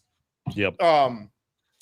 We didn't see a lot of the expanded Spider-Man cast. Do you think we see a lot of X-Men, or do you think we just get teases here and there of other people just popping in from the X-Men universe? I feel like it's going to be probably a smaller cast with like some cameos and nods, just because if you put too many people, you're going to want, we got to see Cyclops. Man, I wish we could got more Cyclops. And then it takes away from it being a Wolverine game and just an X-Men game. Yeah, so getting to focus on him, like having Mystique in there, I'm like, what is she going to be up to? Do we see the Brotherhood of Mutants? Yeah, it's like, do we see, any of that? And I think, having the Sentinels in there, I feel like that is going to be a very large set piece that potentially is going to be kind of the maybe an end set piece. Yeah, like the final mission. Yeah. Well, not maybe a final mission, but like the final act. Yeah, for like Wolverine to take on a Sentinel by himself is a lot. Yeah. So it's like even a team of mutants to take down a Sentinel is a lot. Yeah, so it's like, do we get something there? I just want to play it at this point. I know. So my other question is obviously Insomniac, we've alluded to it. There's, they did 3 Spider-Man games, potentially maybe a Venom spinoff, in there at some point, that's rumored. But now we have a Wolverine game. Now, obviously, the Spider-Man games are more akin to the Batman Arkham games, like in terms of style, gameplay, like the counters, the stealth, all that. Yep. Wolverine is going to be an entirely different game, but also going to be entirely different style of game in sense of the more visceral, the more mature tones, like slicing limbs off and whatnot, where Spider-Man never really did that. Do you think that Insomniac, even if it's a slight tease, like you read something on a poster or in a newspaper article, that they somehow hint of maybe a connected universe between Spider-Man and Wolverine. Oh, it's connected. Like I feel like it's connected 100%. But I feel like they have to keep it separate because let's just say that they do a team up game. Like, how would you incorporate Wolverine's visceralness into a Spider-Man? You know what I mean? Like, obviously, their game, like Spider-Man won't be like breaking necks and everything like that. But it's like, could you allow for that in a game if they ever were to do like a crossover? I don't think they will. Full disclosure, but I don't know, but I think they could still live in the same universe. Yes, Wolverine and Spider-Man have been in the same place and like have done things together. Right. But usually the people that Spider-Man like works with is more of like the Fantastic Four or Daredevil or Blade. And even Blade, even Deadpool, you know what I mean? So it's I feel like that's more of like his speed compared to Wolverine. Dude, what if we got as like a secret boss fight, like the Axe and God of War moment reveal? Like we got Deadpool and it's like Ryan Reynolds voicing him in the game. That'd be cool. Now I'm going to throw be a little too much on the nose. I don't know if Insomniac would be able to pay Ryan Reynolds, but you know. Yeah. I've got one. This is more like comic book lore. Yeah. But the reveal, the first time you see Wolverine is in a Hulk comic where he's fighting the Hulk. Oh. So like have it like you go through all of this and then like at some point you have to fight the Hulk or whatever. And that's their way of kind of like bringing the Hulk into this universe and eventually getting a Hulk game because there was some good Hulk games back in like the AA space, you know? Yeah, it was. You said like Hulk, that would be a great opening because you think about it. Each of the Spider-Man games has had a big opening set piece moment with a villain. Like Spider-Man 1 was Kingpin, Miles was the Rhino, Spider-Man 2 was Sandman.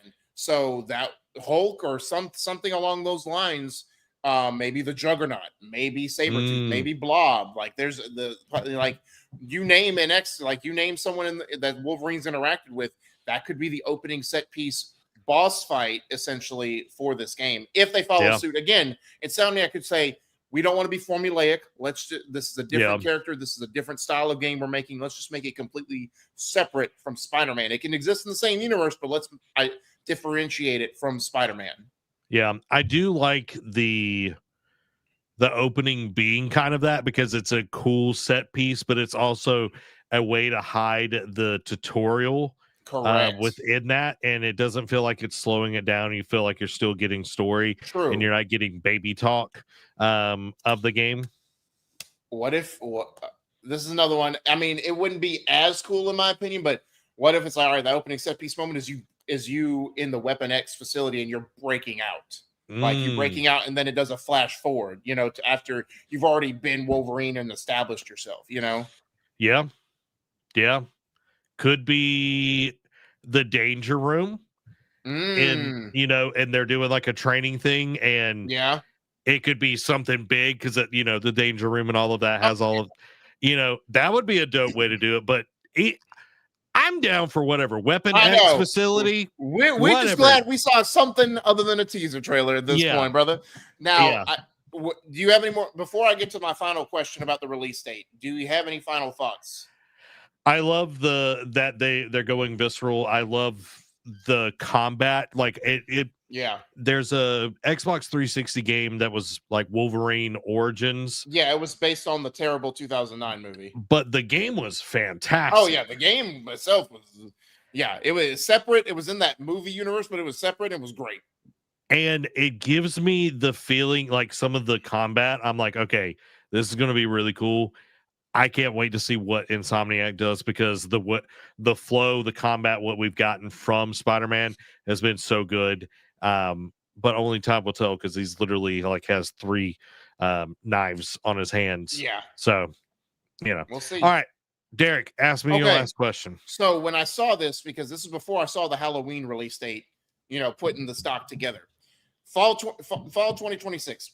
pretty much a year out from now. So you can probably, it's going to take around the Ghost of Yote slot time frame. Do you think GTA 6 has set a new precedent with release dates now? Because when GTA 6 came out, it never gave like a real release. Well, it kind of got delayed internally, never really a hard date, but then it's like, all right, planting our flag, May, whatever, 2026. And now that was a year because we got that in this past May. So do you think that they're setting a new precedent? Because the Halloween game's pretty much a year out. Wolverine's now a year out, and even though it doesn't have like a month date, it's got a release window for 2026.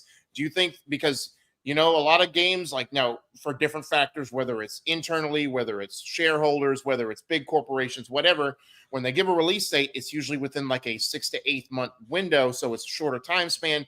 And then when it gets down to crunch, it's like, oh, we need more time. Stuff is buggy, blah, blah, blah, blah, blah. They get delayed. People get upset. Shareholders get angsty about their ROIs.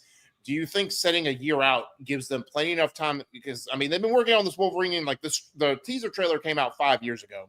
Yeah. And this is giving them, they've had plenty of time to work on it. Obviously, we've said ad nauseum, game development is hard. And with the bigger budgets now, it takes you longer to make the games that you want and envision. Do you think like having like a year window now? Because I know it's dangerous that Sony's doing this now, because it used to be like I like the shtick where they're just like, we revealed it and we're not giving a date because we don't want to set false expectations and just let it happen.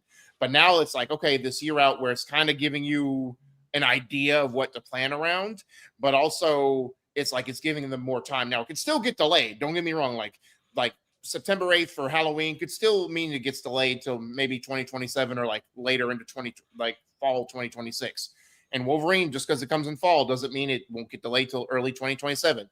But do you think this is more of a new trend where it's like, all right, if we plant this flag here, it's giving us a longer tail to make sure the game comes out on time and it's more polished? Or do you think this is not like it? Do you think these 3 games are just outliers?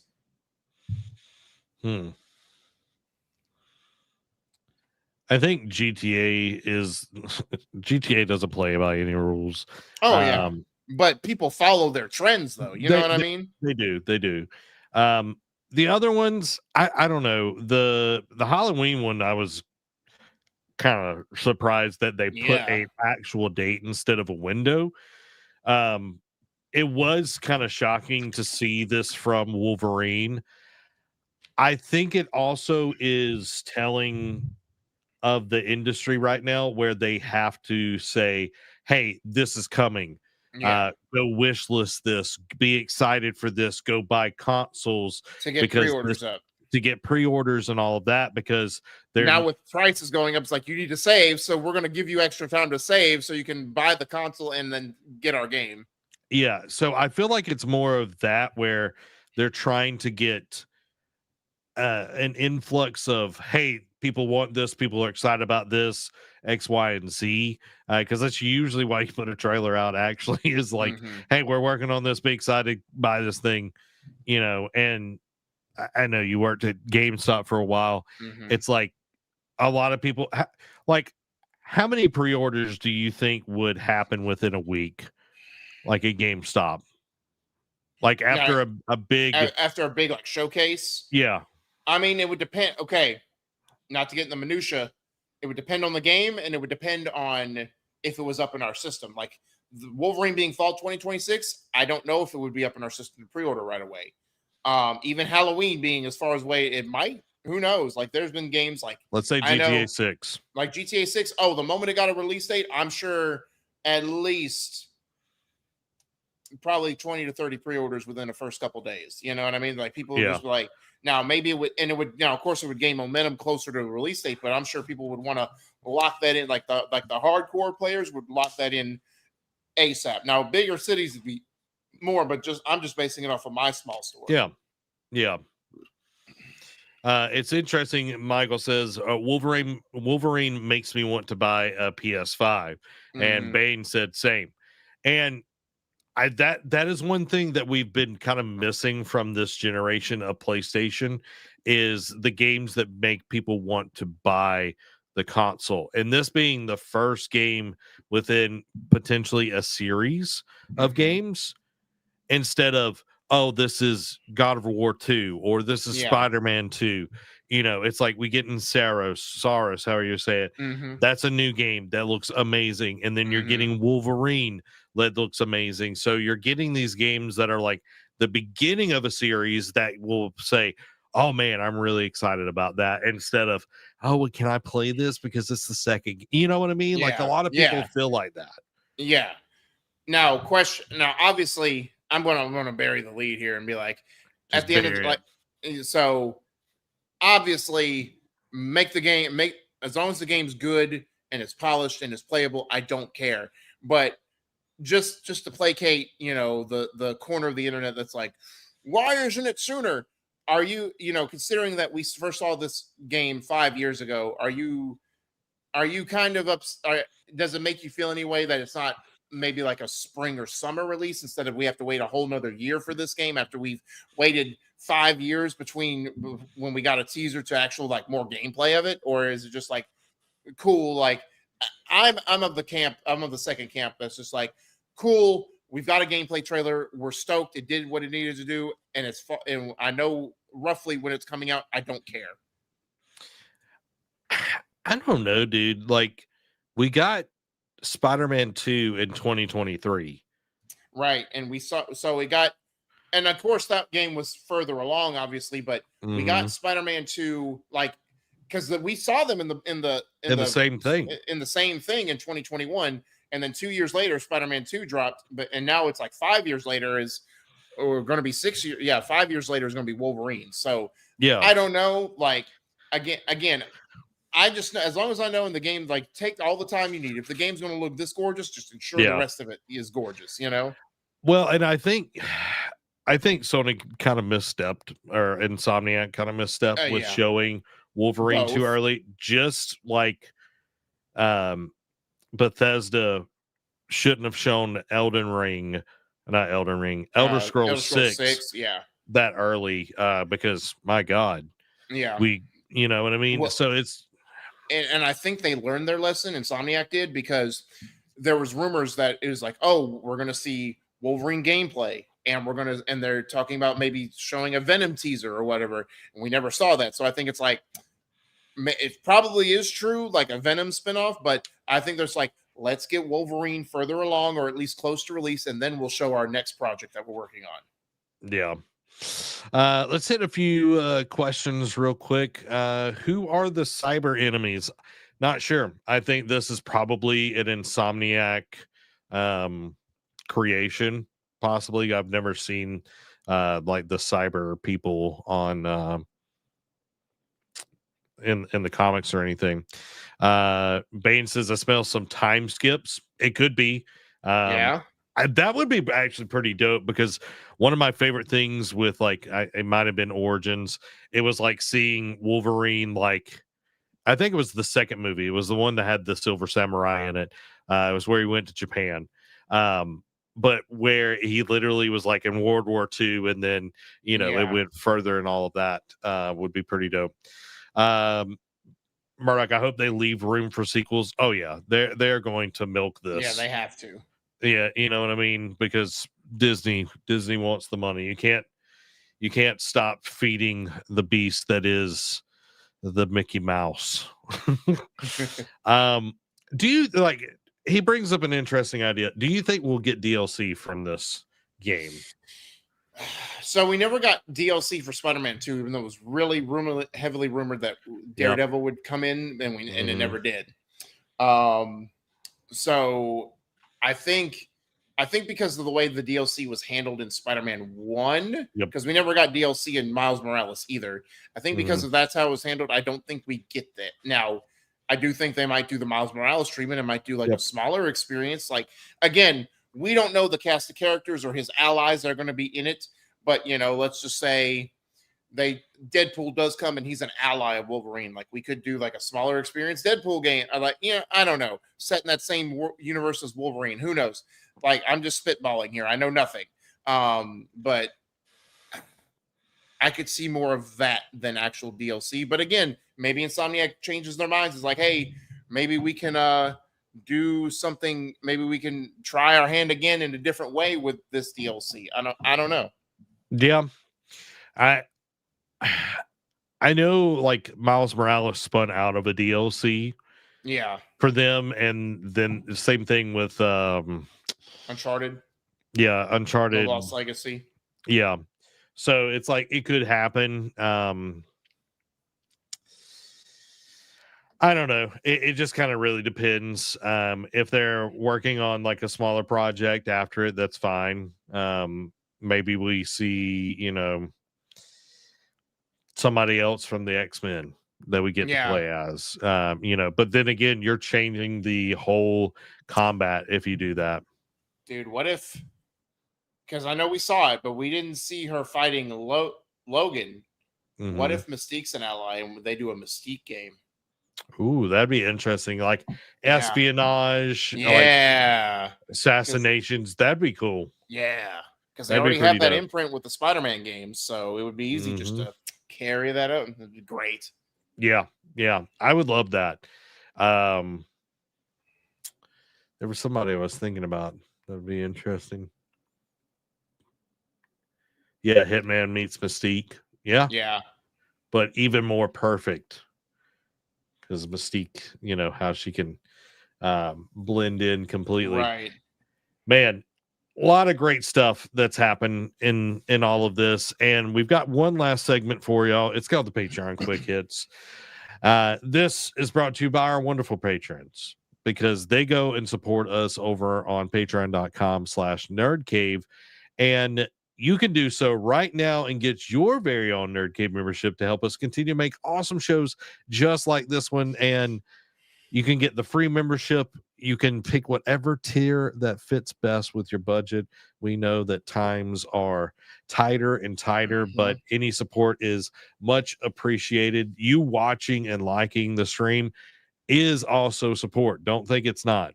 But if you want to go support us financially, go over to patreon.com/nerdcave. Pick a tier that fits best with you and be a part of the ship, part of the crew. And it's time now for the Patreon Quick Hits. Starting off, Drinkbox Studios unveils Blighted, their first 3D action RPG. Epic Games is letting creators sell their own items for the first time, further rivaling Roblox. Cyberpunk 2077 sequel looks set to include multiplayer years after the first game's online mode was scrapped. Nintendo says mods don't count as, quote, prior art as they're not full games, attempting to sway judge in Palworld lawsuit. The Witcher spin-off show The Rats is reportedly back on at Netflix as a standalone film. Steam dropped support for Windows 10 32-bit, says it's only in use on 0.01% of systems. Konami surveys fans on next Metal Gear remake following Snake Eater Delta. Hideo Kojima announces AR project with Pokemon Go creator Niantic. Death Stranding movie will tell a story you haven't seen in that world, confirms director. Donkey Kong Bonanza staff had tense watermelon eating session to create the Switch 2 game digging sound, says producer. Palworld devs announce farming sim spinoff Palworld Pal Farm. Call of Duty Black Ops 7 multiplayer reveal highlights include futuristic tech, 18 maps, and Travis Scott. Following that, Black Ops 7 at the Tokyo Game Show showcases multiplayer maps that are set in Japan. Daft Punk returns via a new Fortnite interactive tribute experience. Xbox hoped canceled Perfect Dark reboot would capitalize on lack of new Metal Gear Solid and James Bond games, which is ironic because now we have a remake and a new entry in both of those series. But anyway, and reportedly could have been an episodic release, and that one I don't know if I would gel with. Ex-Manchester United football star Wayne Rooney credits the PSP for being a big part of our success, or his team's success. Franchise rewards unveiled by Sony and allows exclusive merchandise purchases with trophy unlocks. Hades-style TMNT Splintered Fate adds paid DLC and massive free update next week. New Baldur's Gate 3 native Steam Deck build features faster load times and better frame rate. Avatar Frontiers of Pandora's new story expansion arrives the same day as the third film. Gearbox delays Borderlands 4 on Switch 2 just a week before launch and cancels all digital pre-orders. Metal Gear Solid Master Collection Volume 2 is in development, while the Fox Hunt multiplayer mode for for Delta Snake Eater arrives on October 30th. Excuse me. Yakuza Kiwami 3 is coming out next year with new Dark Ties story expansion. Final Fantasy VII Remake Intergrade Director would like Nintendo fans to, quote, come to accept game key cards as part of the culture of gaming on the Switch 2. Nintendo Shadow drops Fire Emblem Shadows, a new smartphone spin-off with social deduction. Pokemon Legends ZA makes a major change to Mega Evolutions. Starbreeze increases the price of Payday 2's Infamous Collection as it launches a $5 a month DLC subscription service on Steam.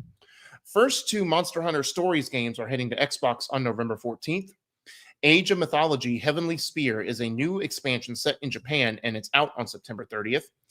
Double Dragon Revives Extra Mode adds more challenge past story mode. Romancing Saga 2 Revenge of the Seven is available now on Xbox. Terminal Brigade gets a Neon Genesis Evangelion crossover and Xbox release. Zero Parades for Dead Spies is a new spy fantasy from Disco Elysium developer. Chronoscript The Endless End. It tells a tale of an editor trapped in a manuscript of an endless story.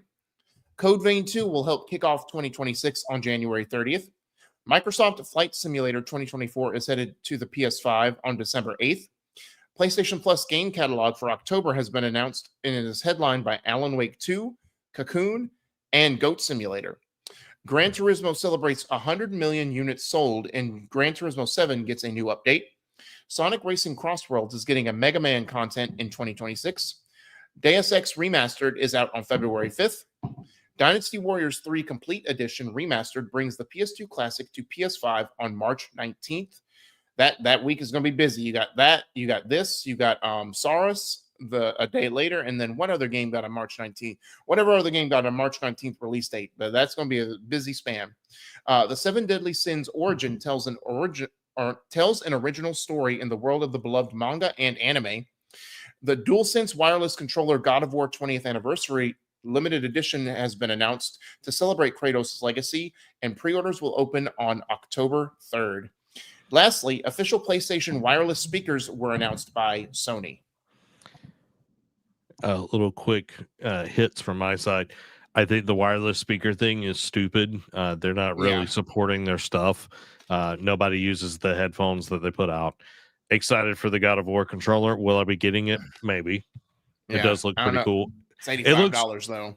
Oh, then never mind. I won't be getting it. It does look cooler than the Ragnarok controller. I will say that. I will say, okay. I don't know what's gotten into Sony lately, but I agree with you. It's better than the Ragnarok, but both of them look basic and bland as all get it. Like the one that came with the PS4 Pro edition was much better designed than these last two on DualSense. I don't know what Sony's problem is with special limited controllers lately, but it's like they're, especially if it was like for Astrobot or like, which they did do an Astrobot controller, by the way, but if it was like for a smaller franchise that didn't have like a great expansive like lineage, cool. You know, I get that. They're just trying to see if what fan base is out there, what they want. This is God of War. It's like one of the OG PlayStation 20th anniversary. And you just go bleh with it. It's like, come on, bro. Like, do better, Sony. Yeah, I feel like since we left the PS4 era, like their special edition, like consoles and all of that, not as good. The Seven Deadly Sins game looks like trash. I will say that. Now, you did ask me earlier if I finished Death Stranding 2, would I go, or Death Stranding 1, would I go to Death Stranding 2? Mm-hmm. I'm going to play Alan Wake 2. Okay. Yep. That is going to be the one that I pick up next. I've been wanting to play that for so long. Well, there you have it, everybody. That is the news tonight, and I agree with Nate. Nintendo's patents are going to shut down Power World, and I think they are going to affect so many games in the future because, like we've said before, Nintendo loves to sue. Yeah, they do. They should actually change their name to Sue. A boy named Sue? Like a boy name. Yeah, exactly. Derek, you know what I'm putting down. You know what I mean? You know what I'm putting down. Well, there you have it, everybody. That is the show this week. We will be live Tuesday playing Ghosts of Tsushima. Next Thursday, we will be playing Ghosts of Yote. And on this stream, we will be talking about our first impressions. It's going to be so good. Sutendo. Yes, exactly. That's good, Murdoch. You know how to come up with the words. Yeah. You know how to come up with the words. Thursday, we'll be doing our impressions of this. And then Saturday, we'll put out the time. But we are doing our third episode of the year of Eat Sleep Anime. We'll be covering My Hero Academia and talking about the new season that's come out. Guys, it's going to be a great week of content. Make sure you're subscribed. Make sure that you're locked in because we're going to have a fantastic time. This has been Zach. And Derek. Y'all have a blessed week. Bye-bye.